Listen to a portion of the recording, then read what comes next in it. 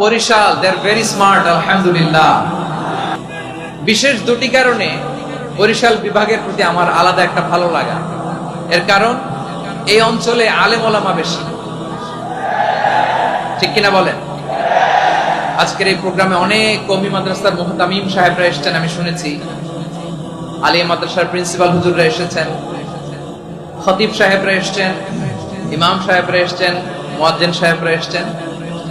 এই বিভাগে আলেম ওলামা বেশি। তার প্রমাণ এখানে এই বরিশালের ভেতরে আছে সারসিনা দরবার, ঠিক কিনা বলেন? অনেক হাক্কানি একটা দরবার। সারসিনার মরহুম পীর সাহেব হুজুরের খেদমত করেছি আমি অনেকবার, সুযোগ হয়েছিল আমার ছাত্র জামানায়। তো ওনাদের মাদ্রাসা কেন্দ্রিক অনেক খেদমত, আলহামদুলিল্লাহ। তারপর এই বিভাগে রয়েছে চরমোনাই দরবার, ঠিক কিনা বলেন? ওনাদেরও বিশাল মাদ্রাসা, ধর্মীয় অঙ্গনে, মাদ্রাসা অঙ্গনে, রাজনৈতিক অঙ্গনে ওনাদের অনেক খেদমত। তারপরে এখানে আছে ঝালকাঠি এনএস কামিল মাদ্রাসা।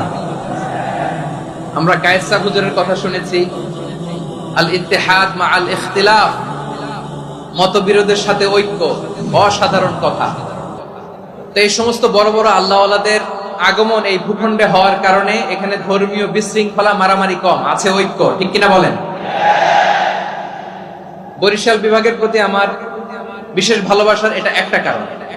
২ নম্বর কারণ হচ্ছে, আমি ঢাকাতে যে মাদ্রাসায় পড়াশোনা করেছি, দারুন নাজাত সিদ্দিকিয়া কামিল মাদ্রাসা, আমার মাদ্রাসার শিক্ষক মন্ডলীর অধিকাংশ হচ্ছে এই বরিশালের, আলহামদুলিল্লাহ।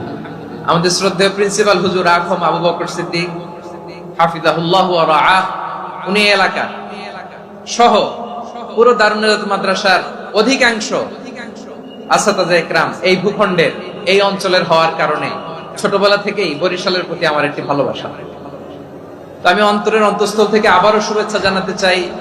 আমি আমাদের অনেক ভাইদেরকে দেখতে পাচ্ছি, আপনারা বসার জায়গা পাননি, দাঁড়িয়ে আছেন এবং খুবই নিশ্চুপ, শান্ত, সুশৃঙ্খল। The people